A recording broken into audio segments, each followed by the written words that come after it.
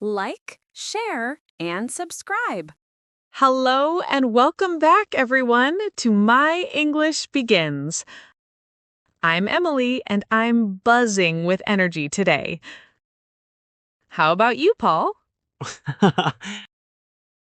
Hello, Emily. Hello, listeners. I am absolutely caffeinated.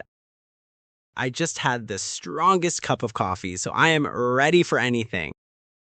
You sound very excited, Emily. I am, because today's topic is all about a powerful, active, and fun learning technique. We're talking about shadowing in learning English. Perfect. It's a game changer. Today we'll chat about what shadowing is, how to do it step by step, and why it's so incredibly effective for pronunciation and fluency. Plus, lots of great vocabulary. Exactly. But first, a massive thank you to everyone who shared their hobby stories last week. They were so creative and inspiring. We loved reading every single one. We really did. If you're new here and want to join this lovely community, please hit that subscribe button. And if you like our podcast, a quick rating or review helps more people find us. Now, let's dive in. Paul, let's start with the big question. What exactly is shadowing? Great place to start. Shadowing is like being a linguistic echo. You listen to a piece of English audio, a short clip, a sentence, a conversation, and you repeat it immediately after hearing it, trying to copy it exactly. It's called shadowing because you're following the original speaker like a shadow right on their heels. You're not just repeating the words, you're trying to match their pronunciation, their rhythm, their intonation, even their feeling. Exactly. It's not just what they say, it's how they say it. It's a full body listening and speaking workout. You know I love using it. You do, and your pronunciation is fantastic. So, for our listeners, how do you actually start? It can sound a bit intimidating. I think the key is to start small and simple. Don't start by trying to shadow a fast-paced movie scene. Pick a short clip, maybe 10 to 20 seconds, from a podcast like this one, or an audiobook, or a language learning app. Something clear and not too complex. That's excellent advice. And the steps? First, just listen, get the general idea. Then, listen and read the transcript if you have one. Understand the meaning. Then try the shadowing. Play a short phrase, pause, and repeat. Try to be an exact copycat. And don't be afraid to be bad at it at first. It feels strange. You might stumble. That's completely normal.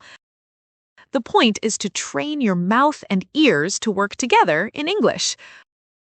I started with children's stories. They're so clear. And look at you now, you're a pro. My shadowing started with weather reports on the news. They're slow and clear. Now, let's tackle a common problem. I feel silly talking to myself, or my accent sounds terrible when I try. What would you say? I'd say, first, everyone feels silly at first. Do it in a room by yourself. Embrace the silliness. Second, about the accent, that's the whole point. You're practicing the correct sounds. It's like learning the chords on my guitar, Paul. You don't sound like a rock star on day one, you practice. Perfect. Shadowing shouldn't feel like a test. It should feel like playful imitation. Now, a fun question. Is there a particular voice or accent you love to shadow? Ooh, yes. I love shadowing documentary narrators like David Attenborough.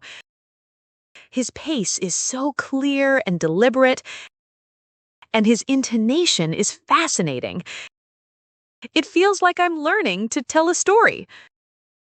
What about you? For me, it's interviewers on talk shows. They use natural, everyday language and they have great conversational rhythm. I'd love to sound that natural and fluent one day, but I am not there yet. I still sometimes trip over my own tongue. But that's why we practice. Progress, not perfection. Okay, let's go over some great vocabulary we've used. We talked about pronunciation, fluency, and intonation, the rise and fall of your voice. We mentioned being a copycat and the importance of a transcript. We used the phrase start small and simple and talked about training your mouth and ears.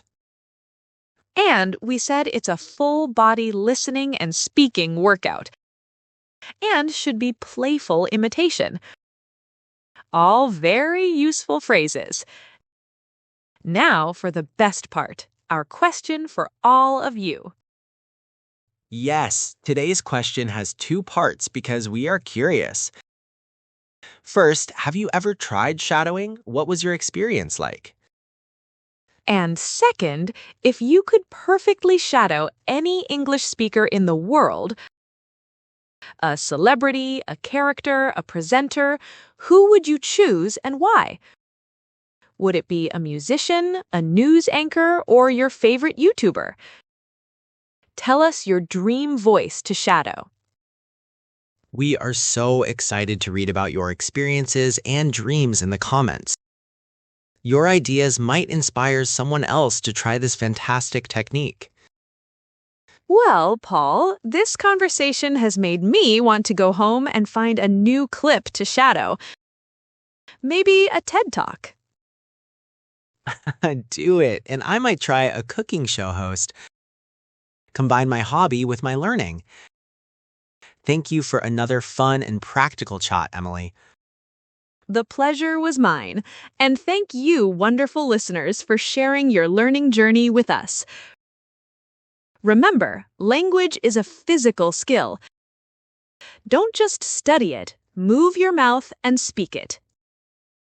Please remember to like, subscribe, and share this with a friend who wants to sound more natural in English. Until next time, happy shadowing! Bye-bye.